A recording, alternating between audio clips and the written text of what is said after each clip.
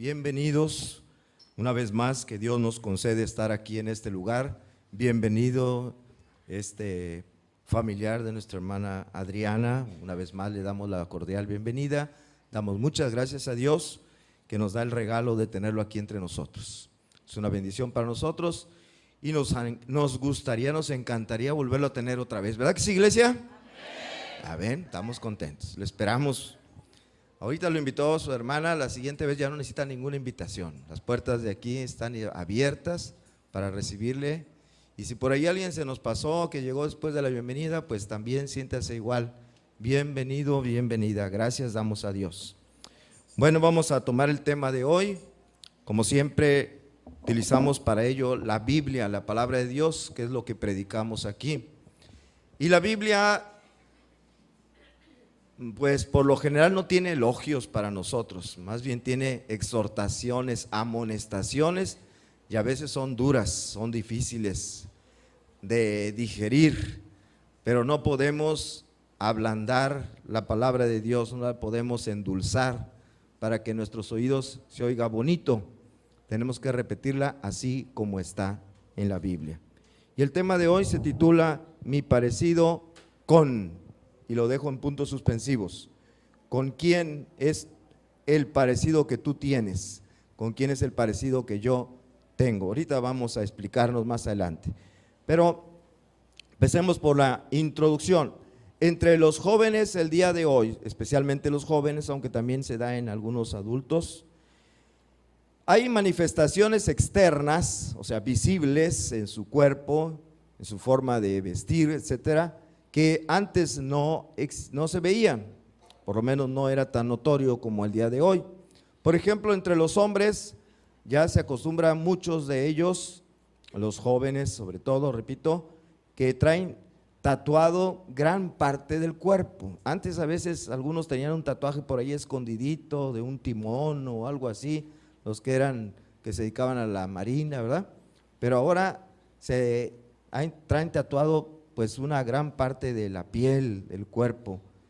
Y también los hombres ahora acostumbran usar aretes en las orejas, cosa que no se acostumbra o no se acostumbraba en nuestra cultura que tenemos aquí nosotros en México por lo menos, y en la cultura occidental en general. Eso solamente era para las mujeres, pero ahora los hombres están poniendo aretes en las orejas. Y las muchachas también por su parte tienen sus cosas que están usando ahora. Hoy usan el vientre descubierto, y ahí, como los hombres están poniendo aretes en las orejas igual que ellas, pues ahora ellas se ponen aretes pero en el ombligo, ¿verdad? Para hacerse diferentes. Y en las orejas ya no se ponen uno, sino se ponen 2 o 3 aretes por cada oreja. Y usan también, por ejemplo, pantalones rotos, ¿verdad? Descosidos, y uno dice, ay, pobrecito, no, así son los pantalones hoy día. Usan también pues cabellos pintados de un color que no es ninguno de los colores que por naturaleza tenemos los seres humanos. Me refiero a, pues hay cabellos negro, cabello café, cabello rubio, ¿verdad? Pero cabello color rojo o azul o amarillo, pues eso no existe en la naturaleza, y hoy así se lo pintan. Ahora, yo no estoy aquí para juzgar ni estar diciendo si eso es bueno o es malo. Lo único que quiero es que nos preguntemos por qué lo hacen. ¿Por qué lo hacen? Nada más. ¿Por qué? Y yo pienso que la mayoría de las veces lo hacen por imitación, porque otros lo hacen así, y a fin de cuentas la imitación viene, si seguimos la secuencia, vamos a ver que lo hacen porque hay un artista que está de moda, a quien admiran y se quieren parecer, y entonces imitan a ese artista que sale con el pelo anaranjado, pues yo me lo pinto de anaranjado, ¿verdad? Que sale con el pantalón roto, pues yo también traigo pantalones rotos. Y así, por imitación, se visten de una manera, se ponen tatuajes y demás cosas. La mayoría de las personas por eso lo hacen.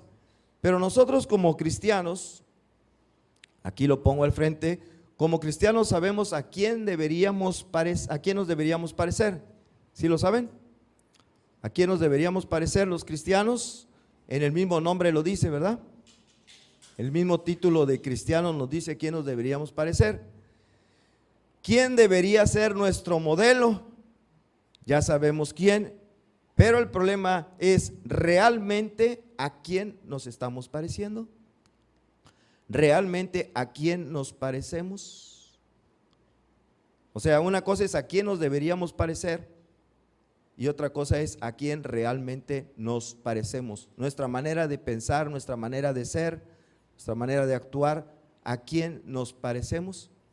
Hoy vamos a ver varios ejemplos tomados de la Biblia, personajes de la Biblia que fueron reyes, y vamos a ver algunas de las características particulares de esos reyes, y estudiando esas características quiero que cada quien se pregunte con quién se identifica de esos reyes, a quién se está pareciendo su vida con esos reyes. Y vamos a empezar en primer lugar con el primer rey que tuvo la nación de Israel. ¿Quién fue? Saúl. El rey Saúl. El rey Saúl, el profeta Samuel, el profeta y sacerdote Samuel, fue en una ocasión con el rey Saúl y le dio un mensaje, una orden de parte de Dios. Y vamos a ver cuál es esa orden. Está en primer libro de Samuel, capítulo 15 y versículo 3. Primer libro de Samuel 15, versículo 3. Dice: ve pues y hiere a Amalec y destruye todo lo que tiene y no te apiades de él. Mata a hombres, mujeres, etcétera, y luego también a los animales, vacas, ovejas, camellos y asnos. Había una razón por la cual Dios dio esta orden, pero ahorita no nos vamos a meter en estar recordando, si no se alarga mucho el mensaje. Simplemente Dios le dio esta orden que fuera contra la nación de Amalec, destruyera a todas las personas y a los animales que tenía. Así que, ¿qué hizo Saúl con esta orden que le dio? Bueno, él obedeció, pero a medias. Obedeció en parte lo que Dios le había ordenado. Dice primer libro de Samuel 15, versículos 7 al 9, y Saúl derrotó a los amalecitas desde Havila hasta Sur, que está al oriente de Egipto, y tomó vivo a Agag, rey de Amalec, pero a todo el pueblo mató a filo de espada. Y Saúl y el pueblo perdonaron a Agag y a lo mejor de las ovejas y del ganado mayor, de los animales engordados, de los carneros y de todo lo bueno, y no lo quisieron destruir, mas todo lo que era vil y despreciable destruyeron. Pregunto, ¿obedeció Saúl la orden de Dios? ¿Fue contra Amalec, como Dios le dijo? Sí. ¿Fue y destruyó esa ciudad? Sí. Pero hubo cosas que no hizo, ¿verdad? Hubo cosas que no hizo. Y obediencia es obedecer, ¿cómo? En todo, o no es obediencia. Si tú le dices a tu hijo, quiero que tienda la cama y recojas esos libros que tienes tirados allí y pongas esto acá y allá, y él nada más tiende la cama y lo demás no lo hace, ¿obedeció? No obedeció, ¿verdad? Obediencia es obedecer todo lo que se ordena, o no es obediencia.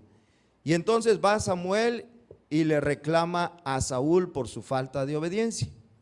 Le dice en el versículo 19, ¿por qué pues no has oído la voz de Jehová, sino que has vuelto al botín? Sino que vuelto al botín has hecho lo malo ante los ojos de Jehová. Le dice Samuel, ¿hiciste lo malo? Y Saúl, ¿qué creen que contesta? Vamos a ver lo que contesta Saúl. Y Saúl respondió a Samuel, antes bien he obedecido la voz de Jehová.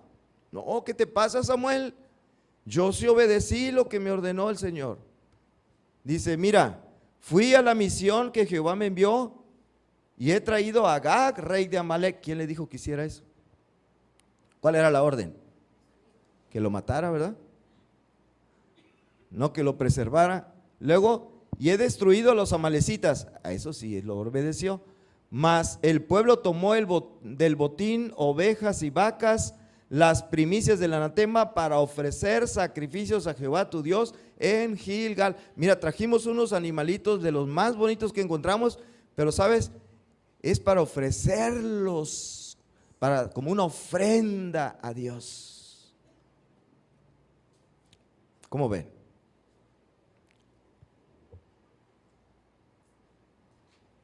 Bueno, según Saúl había obedecido, pero Samuel le vuelve a decir, Samuel le dijo, ¿se complace Jehová tanto en los holocaustos y víctimas, o sea, en ofrendas, como en que se obedezca a las palabras de Jehová? Ciertamente el obedecer es mejor que los sacrificios y el prestar atención que la grosura de los carneros. ¿Qué prefiere Dios? Obediencia en lugar de sacrificios. Más que sacrificios que podamos ofrecerle o hacer por Él, Él prefiere obediencia.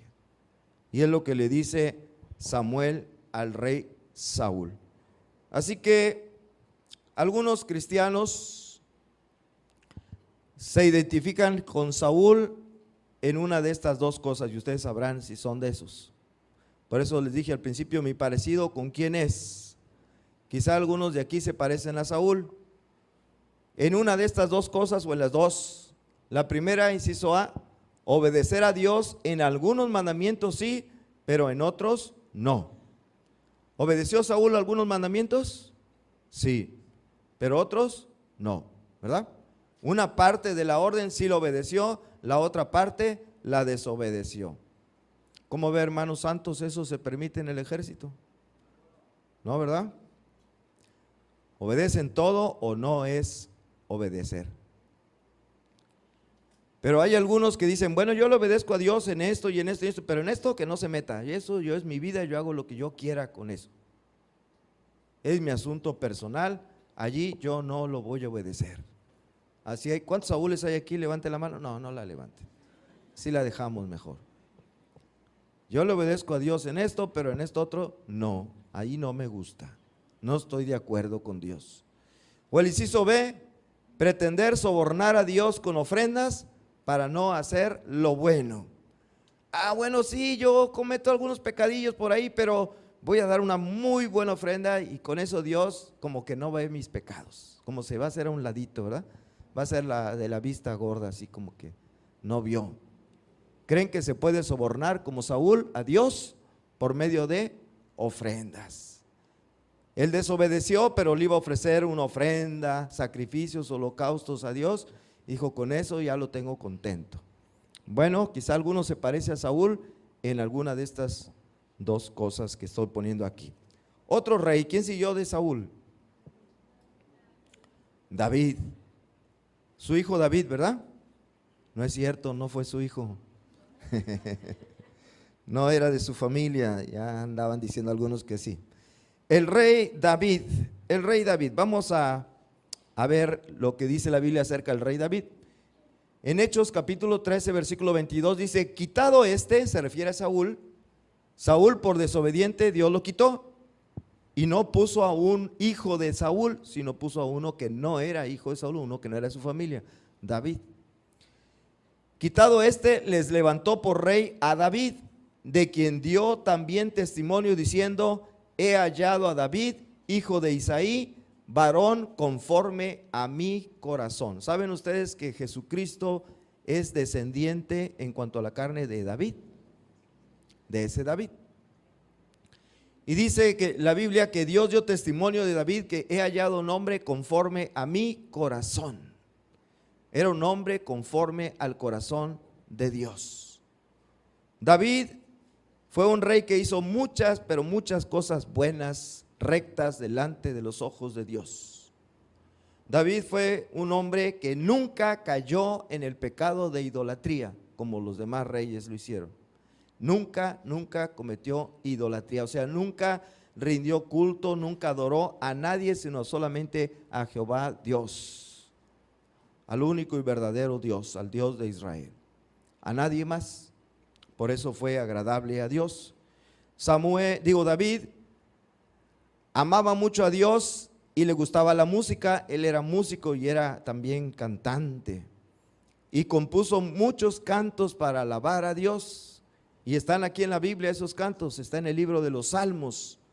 Varios de los salmos son autoría de David, y con esos salmos el pueblo de Israel alababa a Dios. David también se propuso en su corazón, aunque Dios no se lo permitió, construir el que sería el primer templo para Dios allí en Jerusalén. No pudo, pero por lo menos él diseñó los planos de ese templo, proveyó de muchos de los materiales que se iban a utilizar para construir el templo. Él aportó de su dinero para todos los materiales que necesitarían, o la mayoría de los materiales que necesitarían para el templo. Y se lo encargó a su hijo, el que le siguió. Ahorita no les digo cuál. Pero lo que sí hizo fue que construyó un tabernáculo nuevo, porque el otro tabernáculo pues ya tendría sus añitos. El que anduvo por el desierto cuando salieron de Egipto y anduvieron 40 años, él construyó un tabernáculo nuevo en Jerusalén y trajo y puso en ese tabernáculo el arca del pacto en medio de alabanza, ¿verdad? Todo eso bueno hizo David, maravilloso, maravilloso David. Pero sabiéndose el ungido de Dios, el consentido de Dios, el favorito de Dios, que había hecho tantas cosas buenas, se sintió o se creyó con licencia para cometer adulterio. ¿Cómo ven? Yo he sido un buenazo, he hecho tantas cosas buenas. Dios no se va a fijar en esto.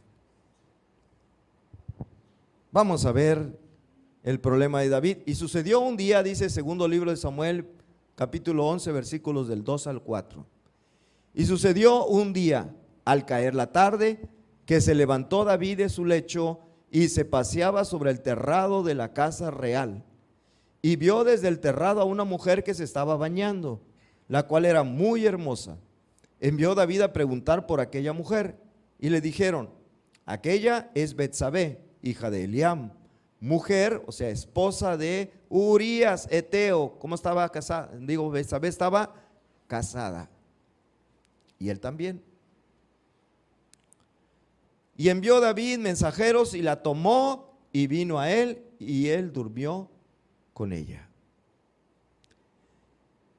Era el favorito de Dios, era el ungido de Dios, el rey de Israel. Dios lo había puesto en lugar del desobediente Saúl, así que se creyó que tenía licencia para pecar. Como dicen en las películas del 007, ¿verdad? Que tiene licencia para matar. David se creyó con licencia para cometer adulterio. ¿Cómo le fue? Le fue mal. Pero el punto es este: tal vez alguien aquí se identifica con David, algún hermano, alguna hermana, pensando que ha hecho tantas cosas buenas para Dios, tantas cosas que ha hecho para la obra de Dios. Yo he predicado, yo he ganado almas para Cristo, he evangelizado a mucha gente. Yo he enseñado por muchos años como siervo de célula. Yo he enseñado allá en la escuela dominical como maestra o maestro en la escuela dominical. Yo he abierto mi casa para que ahí se enseñe la palabra de Dios. Yo toco los instrumentos musicales y lo hago con todo mi corazón y con toda pasión, y ya tengo muchos años de hacerlo fielmente. Por lo tanto, se creen como David, con licencia para cometer adulterio o cualquier otro pecado. Dios no se va a fijar. Me recuerda a un hombre llamado José Smith, que fue el fundador de los mormones. Él estaba casado y luego empezó a tomar a otra mujer por esposa y otra mujer, y su primera esposa se enojó con él.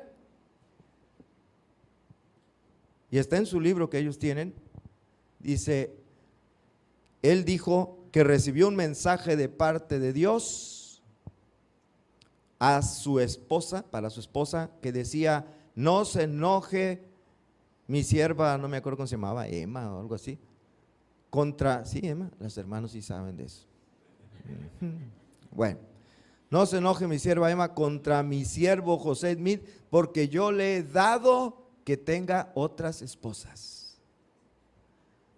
O sea, él mismo fue el profeta que le dijo a su esposa: Dios me ha hablado y me dice que Él me ha dado permiso para cometer adulterio. Tengo su permiso. ¿Cómo ven?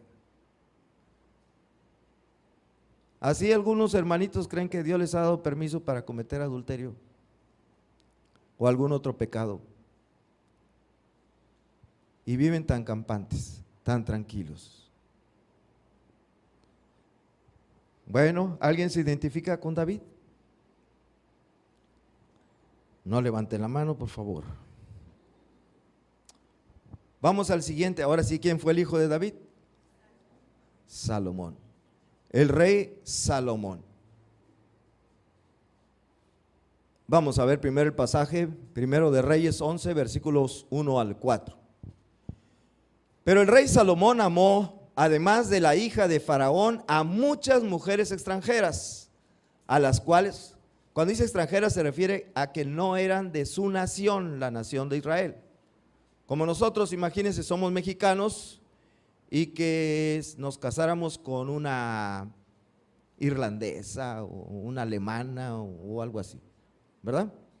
Dice, con muchas mujeres extranjeras, a las de Moab, a las de Amón, a las de Edom, a las de Sidón y a las eteas, gentes de las cuales Jehová había dicho a los hijos de Israel: no os llegaréis a ellas, ni ellas se llegarán a vosotros, porque ciertamente harán inclinar vuestros corazones tras sus dioses. Ese era el problema.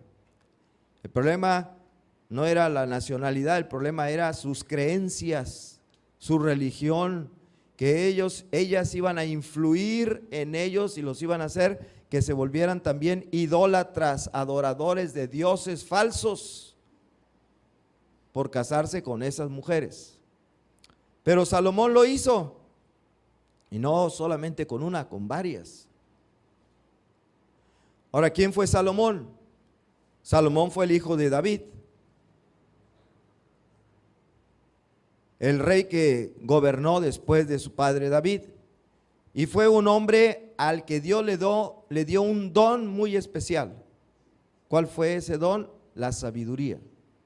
Fue un hombre extraordinariamente sabio, muy sabio, el más sabio de todos los hombres. El problema es que él fue tan sabio, ¿saben qué? Que se creyó más sabio que Dios. Tan sabio que se creyó más sabio que Dios. ¿Cuántos de aquí se creen más sabios que Dios? Como Salomón.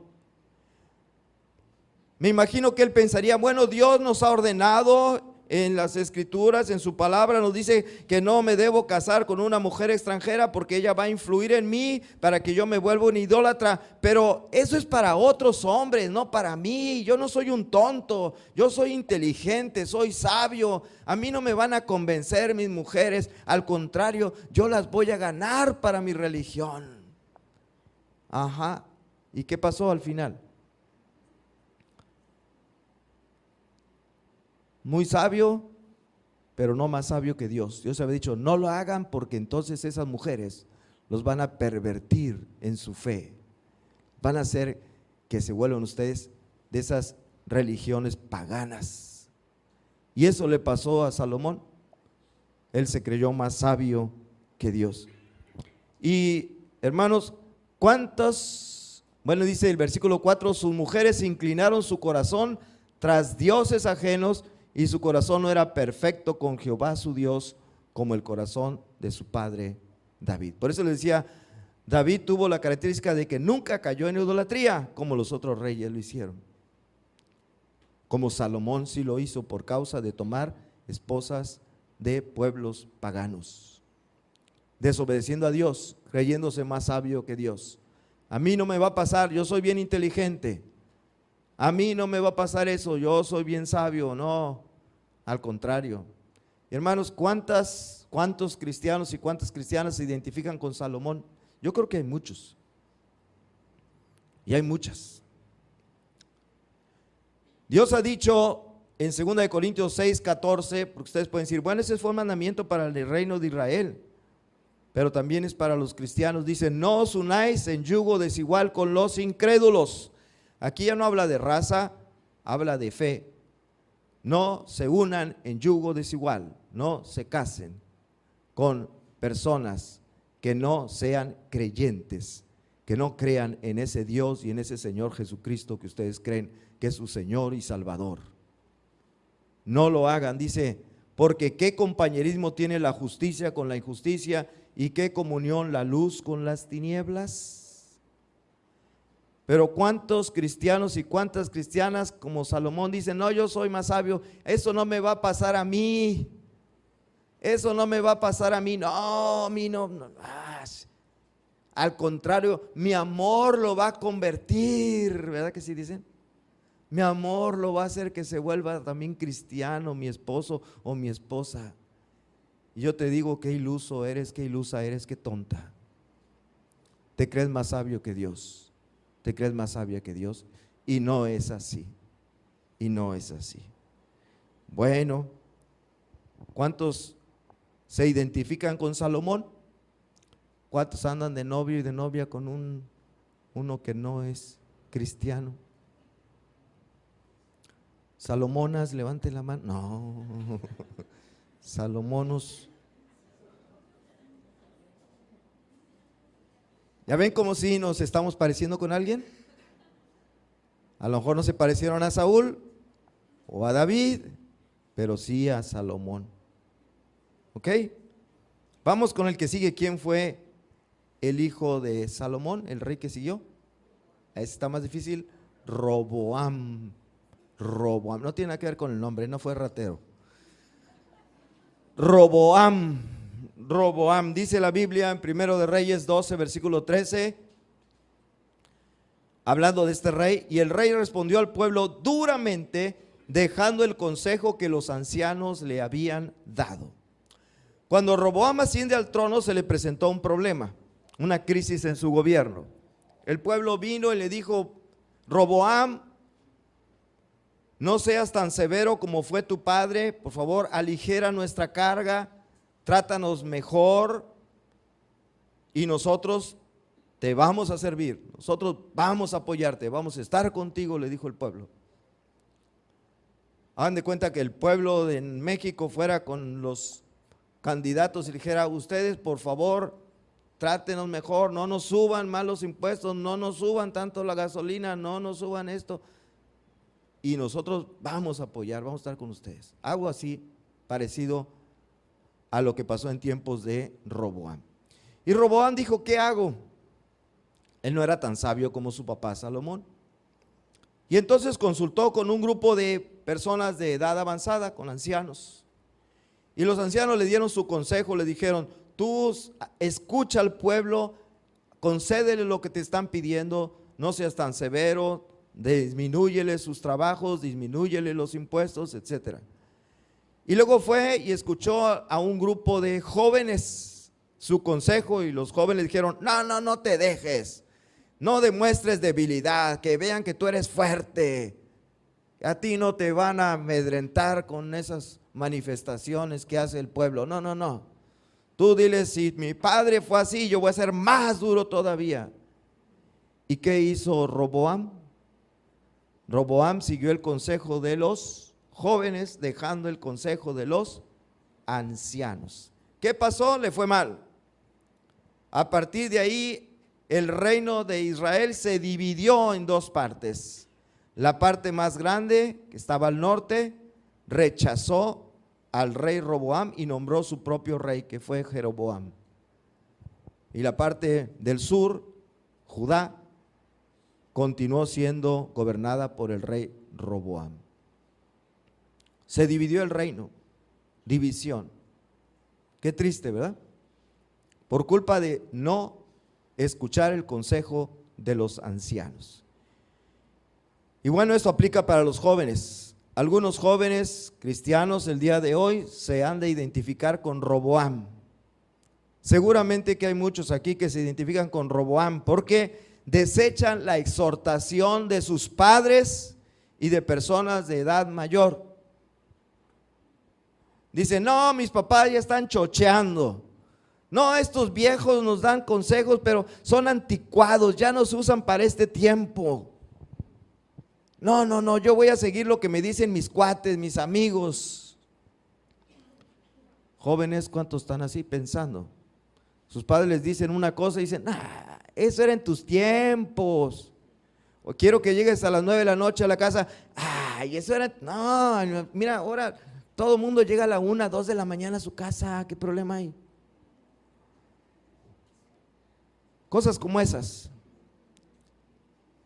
No, en tus tiempos, mamá, no, en tus tiempos, papá.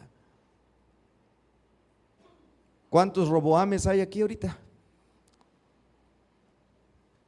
Que desechan el consejo de sus padres, que desechan el consejo de las personas mayores que les hablan, que les dicen no hagan esto, háganle así, háganle así. Bueno, vamos a seguir, pero ya no seguimos con un hijo, vamos a seguir con un tatara, ¿quién sabe qué? El rey Ezequías,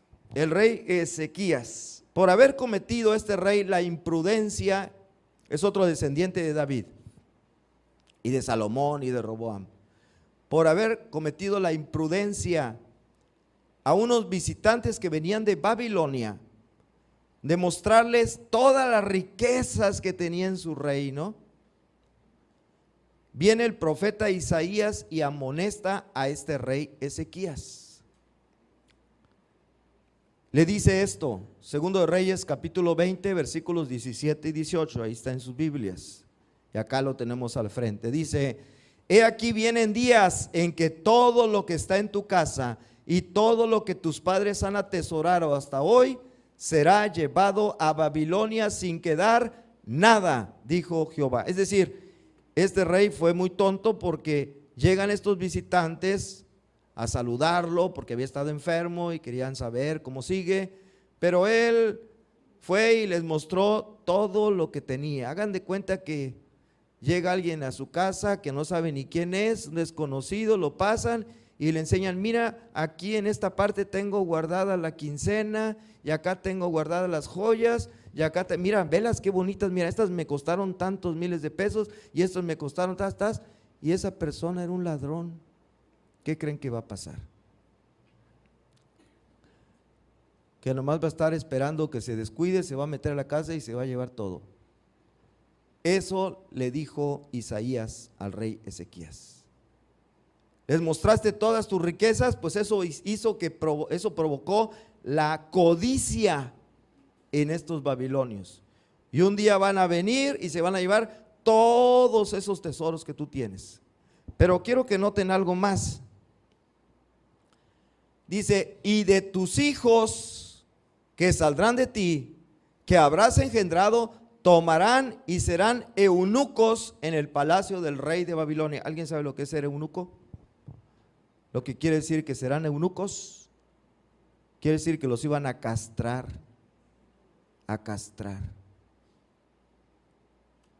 Ya no se los puedo decir más claro. Ya pregúntenle a sus papás, a su mamá en casa, qué quiere decir castrar, si no saben.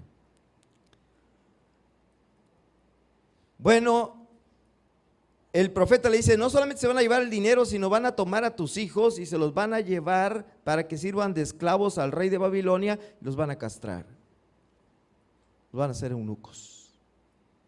¿Y qué contestó el rey? ¿Qué contestó Ezequías? Es tremendo lo que contesta. Versículo 19 dice: entonces Ezequías dijo a Isaías: la palabra de Jehová que has hablado, miren lo que dice, es buena. Después dijo: habrán menos paz y seguridad en mis días. Por lo menos en mi tiempo no va a pasar nada malo. Eso va a pasar con mis hijos, mis nietos, etcétera. Pero en mi tiempo voy a estar en paz. Así que lo que me estás diciendo es bueno. ¿Cómo ven? Su respuesta es una respuesta, ¿cómo la podríamos clasificar? Egoísta.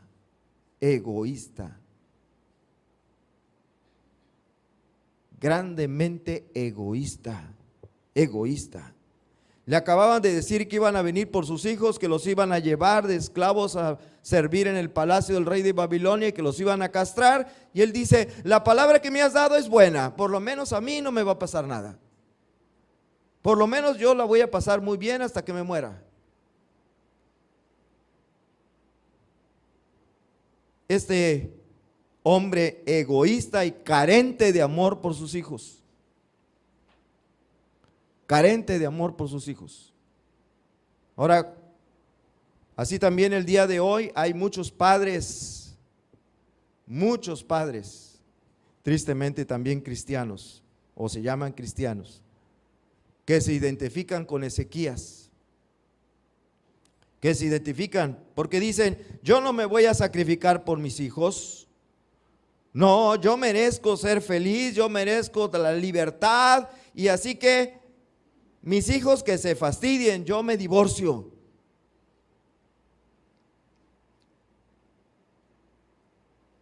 Que les afecte, que les dañe psicológicamente, emocionalmente, no me importa, pero yo quiero ser feliz, yo quiero tener libertad, yo ya no soporto a mi cónyuge y me voy a separar de él, punto.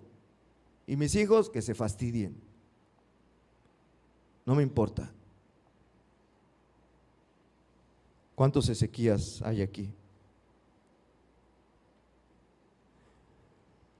La necesidad más grande, lo he dicho y lo vuelvo a repetir, la necesidad más grande que tienen los niños, sus niños, es tener a su papá y a su mamá juntos en casa y que se amen. Pero estos padres, ¿qué dicen? A mí no me importa que mis hijos sufran, que les duela, que lloren, que estén tristes, que se dañen emocionalmente, no me importa. Lo que me importa es yo estar bien. Y no son capaces de cambiar, no son capaces de soportarse, de tolerarse, de amarse, de perdonarse, de reconciliarse por amor a sus hijos. ¿Por qué? Porque son egoístas en extremo, solamente se aman a sí mismos y solamente quieren su propio bien. Y hay muchos Ezequías, tristemente, hay muchos Ezequías. Y por eso deciden divorciarse.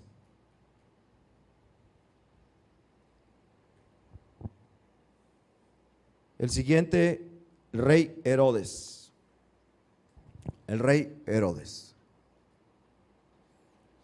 Mateo capítulo 2 y versículo 16 dice: Herodes entonces, cuando se vio burlado por los magos, se enojó mucho y mandó matar a todos los niños menores de 2 años que había en Belén y en todos sus alrededores. Herodes, este es un episodio muy conocido en la vida de Jesús. En su intento, este rey por asesinar a Jesús cuando era un niño apenas, no le importó a este cruel hombre, a este sanguinario hombre, matar a cientos de niños pequeños de 2 años para abajo, de todos los que había en Belén y sus alrededores. No le importó, los mató, con tal de que entre uno de ellos fuera Jesús. Pero no fue. Ahora, no estoy diciendo que alguno de ustedes se parezca a un asesino de niños en el sentido físico, pero sí puede ser en el sentido espiritual. La Biblia dice que cuando una persona recién se convierte, recién ha creído en Jesucristo como su Señor y Salvador, ¿a qué se le compara? A un niño pequeñito, frágil, que necesita cuidados, que necesita atención, que necesita protección, ¿verdad? Si no, no sobrevive. Así hay algunos entonces cristianos que se identifican con el rey Herodes, porque con sus malas enseñanzas, sus falsas enseñanzas antibíblicas o con su mal testimonio público, están viviendo de una manera incorrecta, indecente, inmoral. Con esa manera de vivir, los que ya son de más tiempo como cristianos están matando a esos niños espirituales. Los están apartando con su mal ejemplo del camino de Dios. Los están haciendo que se decepcionen, que se desilusionen o que crezcan con una mente, unas ideas torcidas acerca de lo que es ser cristiano. Son asesinos de niños como Herodes. y algunos quizás se identifican con él. Dice la Biblia que son piedras de tropiezo para estos pequeñitos y que mejor les fuera que se les atara una piedra de molino al cuello y se les echara en lo profundo del mar.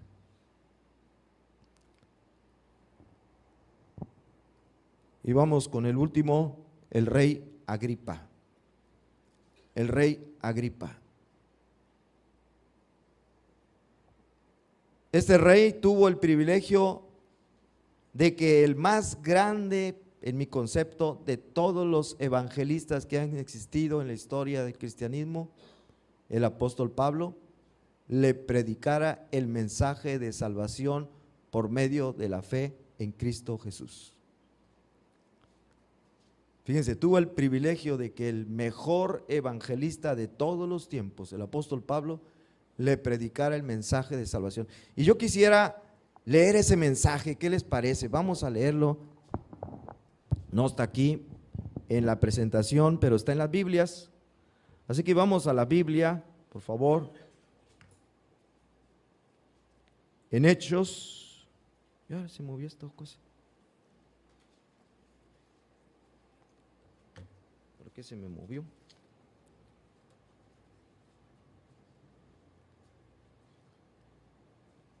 Hechos capítulo 26.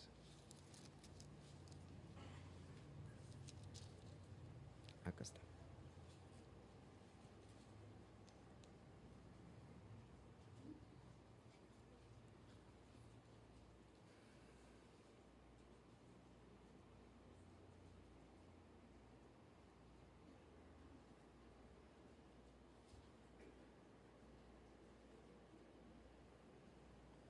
Voy a leer a partir del versículo número 9, Hechos 26, 9.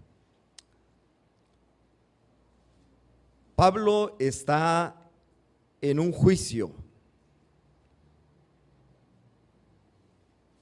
no por haber cometido algún crimen, sino por predicar el evangelio.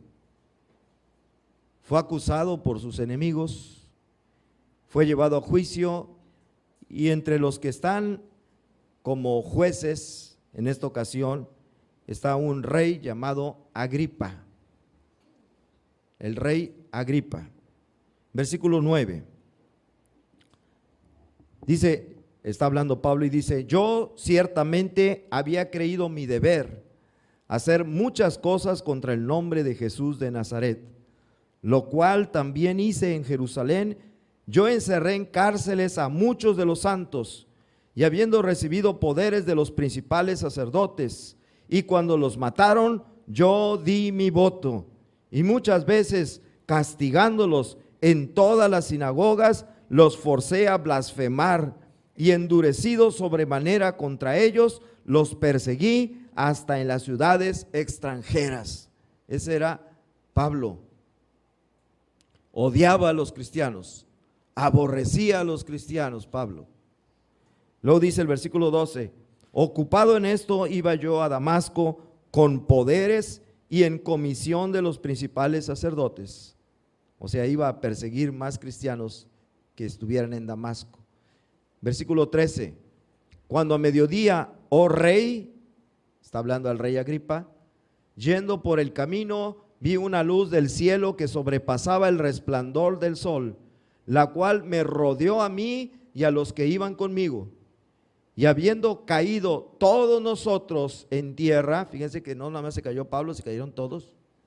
Oí una voz que me hablaba y decía en lengua hebrea: Saulo, Saulo, ¿por qué me persigues?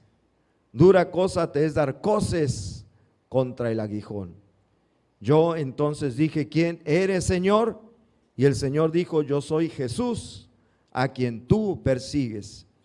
Pero levántate y ponte sobre tus pies, porque para esto he aparecido a ti, para ponerte por ministro y testigo de las cosas que has visto, y de aquellas en que me apareceré a ti, librándote de tu pueblo y de los gentiles a quienes ahora te envío, para que, vean el 18, para que abra sus ojos, para que se conviertan de las tinieblas a la luz y de la potestad de Satanás a Dios. Y ahora vean en la frase que sigue, para que reciban, ¿por qué? Por la fe que es en mí. ¿Quién está hablando aquí? Jesús. Para que reciban por la fe que es en mí, perdón de pecados y herencia entre los santificados. ¿Dónde es esa herencia? No es aquí, es en el reino de los cielos. Para que sus pecados sean perdonados y reciban herencia, vida eterna en los cielos. ¿Qué le dijo Pablo a Agripa? Tenía que tener fe ¿en quién? En Jesucristo. En Jesucristo. Nadie más en la Biblia nunca encontrarán fe en ninguna otra persona que no sea Jesús. Fe en Jesucristo. Pablo, Saulo en ese tiempo se llamaba Saulo, a ti me ha parecido porque te voy a encargar que vayas y prediques a los gentiles que por medio de la fe en mí van a recibir perdón de pecados y van a tener herencia en los cielos. Versículo 19. Por lo cual, oh rey Agripa, no fui rebelde a la visión celestial, sino que anuncié primeramente a los que están en Damasco y Jerusalén y por toda la tierra de Judea y a los gentiles que se arrepintiesen y se convirtiesen a Dios haciendo obras dignas de arrepentimiento. Por causa de esto, los judíos prendiéndome en el templo intentaron matarme. Pero habiendo obtenido auxilio de Dios, persevero hasta el día de hoy, dando testimonio a pequeños y a grandes, no diciendo nada fuera de las cosas que los profetas y Moisés dijeron que habían de suceder, porque todo esto ya estaba profetizado. La vida de Jesús estaba profetizada. Vean el 23, que el Cristo había de padecer y ser el primero de la resurrección de los muertos. Aquí le agrega otro detalle más. Tienes que creer en Jesús. ¿Qué cosa? Que Jesús padeció. ¿Dónde padeció? En la cruz del Calvario, muriendo. ¿Para qué? Para el perdón de nuestros pecados, dijo, y para tener herencia eterna. Pero no solamente padeció en la cruz y murió, sino también aquí agrega otra cosa en la que debe creer. ¿Cuál es? La resurrección de Jesucristo. Ser el primero de la resurrección de los muertos para anunciar luz al pueblo y a los gentiles. Este es el mensaje que le predica Saulo de Tarso, que después se llamó el apóstol Pablo, al rey Agripa. Rey Agripa, me tienen aquí en la cárcel por estar predicando. Yo antes era un perseguidor de cristianos. Yo antes era una persona que aborrecía a los cristianos, los odiaba, los quería exterminar del planeta Tierra, y acabé con todos los que había en Jerusalén, los metí a la cárcel y los castigué y los golpeé, y algunos que fueron muertos, yo di mi voto para que los mataran.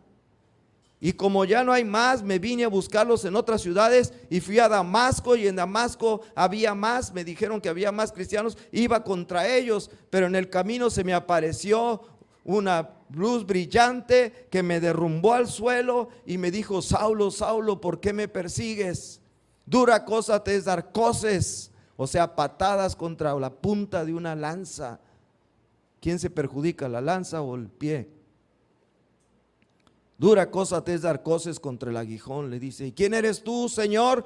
Yo soy Jesús, le contesta la voz, a quien tú persigues. Y entonces dice: me ha parecido a ti porque quiero que vayas y les abra los ojos a los gentiles y a los de tu nación, y les digas que por medio de la fe en mí van a recibir perdón de pecados y herencia en los cielos. Por medio de la fe en mí.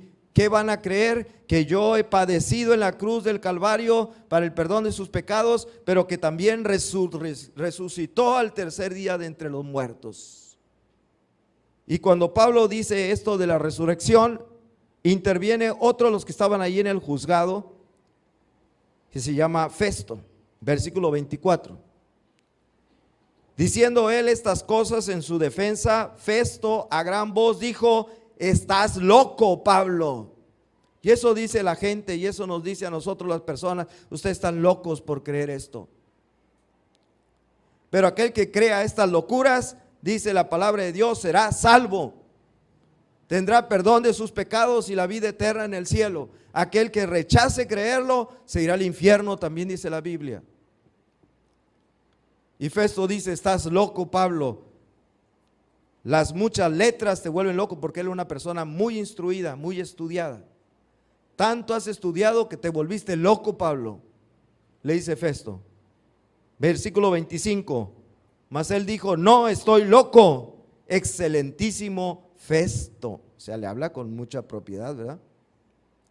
No estoy loco, excelentísimo Festo, sino que hablo palabras de verdad y de cordura, de una persona sensata.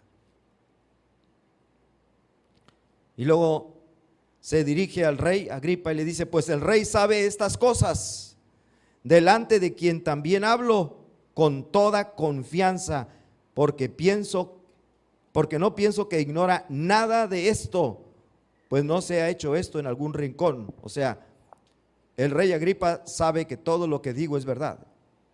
Él sabe de Jesucristo, él sabe que lo crucificaron, él sabe que yo era un perseguidor de cristianos y que ahora soy cristiano, y ahora al contrario, predico a Cristo.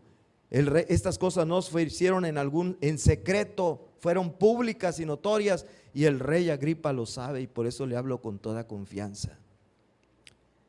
Y entonces viene la pregunta, versículo 27. ¿Quieren leer conmigo lo que dice el 27? Dice: ¿crees, oh rey Agripa, a los profetas? Yo sé que crees. Lo confronta, así es el evangelio. ¿Crees, oh rey Agripa, esto que te acabo de decir? ¿Crees que Jesucristo es realmente el Hijo de Dios, que vino y dio su vida en sacrificio por tus pecados y que después resucitó al tercer día? ¿Lo crees? Si lo crees, Él dijo que hay perdón para tus pecados y tienes vida eterna, tienes salvación. ¿Lo crees, oh rey Agripa? Y a Pablo dice: yo sé que crees. Yo sé que crees. Yo te pregunto a ti: ¿lo crees? ¿Lo crees? ¿Lo crees? Y a nuestro invitado le preguntaría directamente, como lo hizo también Pablo: ¿lo crees? ¿Lo cree? ¿De veras? Amén. Gracias a Dios. Gracias a Dios. ¿Lo cree? Dices. Pero ¿saben qué contestó Agripa?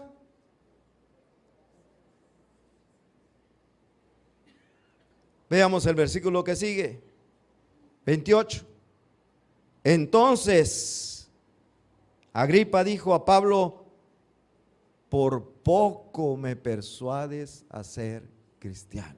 Estuvo a punto de decir: sí, sí creo, Pablo, pero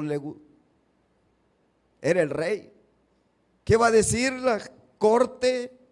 ¿Qué van a decir todos los que están aquí conmigo? Y dijo: por poco me persuades a ser cristiano. Por poco me persuades. Qué bueno que ustedes no han dicho: por poquito creo, pero no. ¿Fue salvo Agripa? ¿Sí o no?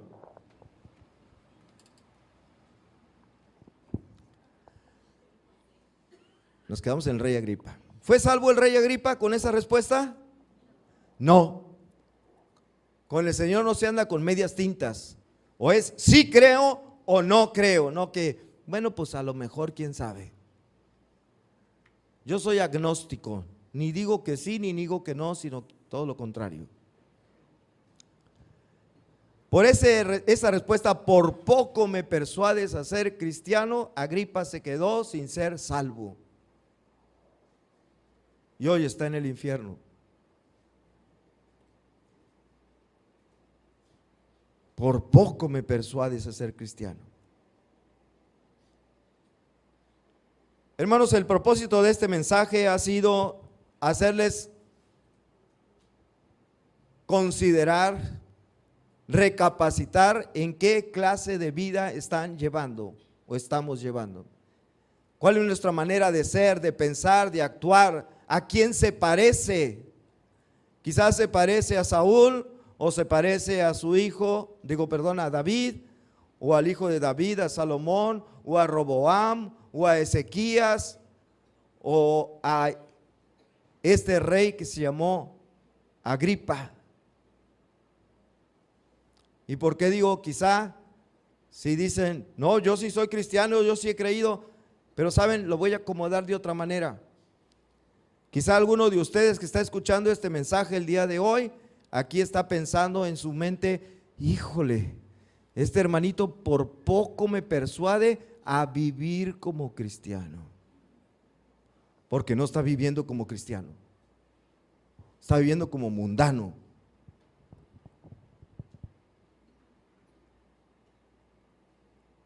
Pero por poco se persuade para vivir como cristiano. ¿Cómo ve?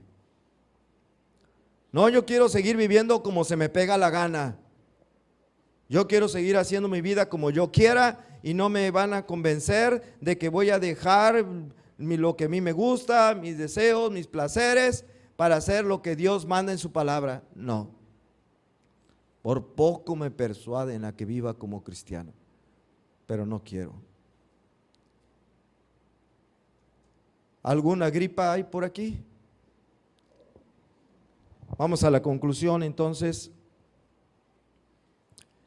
Entre los cristianos hay una gran variedad de comportamientos. Algunos se parecen a Saúl porque obedecen solo algunos de los mandamientos y piensan que con sus ofrendas sustituyen la obediencia. Otros se parecen a David porque creen que hacen tanto en la obra de Dios que tienen licencia para pecar. Otros se parecen a Salomón porque se creen más sabios que Dios. Otros se parecen a Roboam porque menosprecian el consejo de sus padres o personas de mayor edad. Otros se parecerán a Ezequías porque buscan su propio bien y no les importa afectar a sus hijos.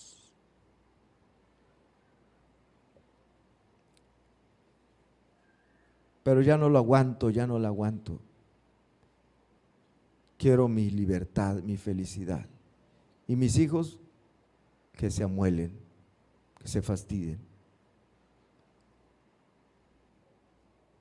Otros se parecerán a Herodes, porque con su falsa doctrina o mal testimonio dañan a los niños espirituales. Por último, algunos se parecerán a Agripa, porque al ser amonestados por su mala conducta dicen, por poco me persuades a vivir como cristiano. Realmente pregunto, ¿a cuál rey deberíamos parecernos? ¿A cuál? ¿A David? ¿Salomón? ¿A Roboam? ¿A Ezequías? ¿A Josías? ¿A cuál rey deberíamos parecernos? La respuesta es al Rey Jesús. Al Rey Jesús deberíamos parecernos. Él es santo, amoroso, perdonador, misericordioso, verdadero, justo, manso, humilde y dispuesto a sacrificarse por los demás. ¿Por qué murió en la cruz? ¿Por qué fue a la cruz? ¿Era masoquista o qué? Fue a la cruz a morir por nosotros, se sacrificó por nosotros. Fue la ofrenda que ofreció al Padre para el perdón de nuestros pecados. Por nosotros se sacrificó. ¿Qué acaso nosotros, si nos queremos parecer a Él, no debemos sacrificarnos por los demás? ¿Los padres no se deberían sacrificar por sus hijos? ¿O los hijos se deben sacrificar por sus padres? ¿Cuál es el orden? Él es santo, amoroso, es perdonador, misericordioso, verdadero, justo, manso, humilde, dispuesto a sacrificarse por los demás.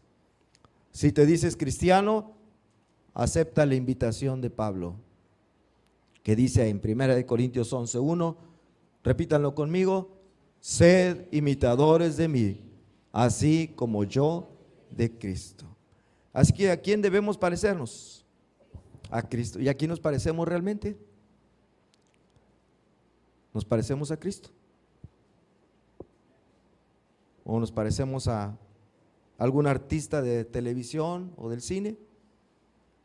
¿O a alguno de los personajes que mencioné ahora en el mensaje? Vamos a orar. Señor, te damos gracias por tu palabra. Es fuerte, es dura, sí, pero nos hace bien. Esta palabra tuya es como las inyecciones. Duelen, pero curan. Tú nos has dejado estas exhortaciones para nuestro bien, para sanarnos de las cosas que estemos haciendo mal, incorrectas, indebidas, inmorales, indecentes, para que nos arrepintamos y busquemos hacer el bien. Parecernos no a ningún ser humano del planeta Tierra que haya existido o que exista hoy, sino a tu Hijo, nuestro Señor y Salvador Jesucristo. Gracias por el resultado que tú has dado a tu palabra, por los corazones que has tocado, por la fe que hayas puesto y que haya sido sincera. Gracias, Señor. Muchas gracias por todo, en el nombre de Jesús. Amén. Amén.